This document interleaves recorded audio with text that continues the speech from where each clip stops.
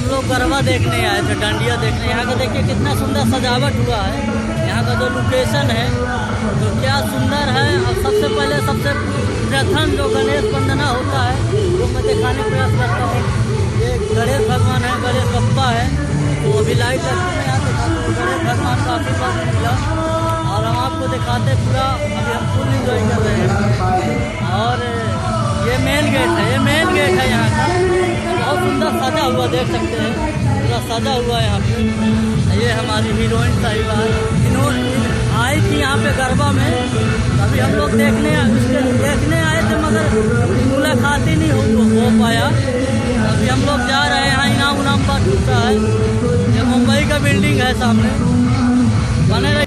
और आपको दिखाते हैं। और ये मेन गेट आया। अब मेन गेट पे है हम लोग। हाँ ठीक है ना भाई। ये मेन गेट है, मेन गेट पे हम लोग हैं। ये मेन गेट है। और ये देख सकते हैं कुछ मैडम लोग आ रही हैं।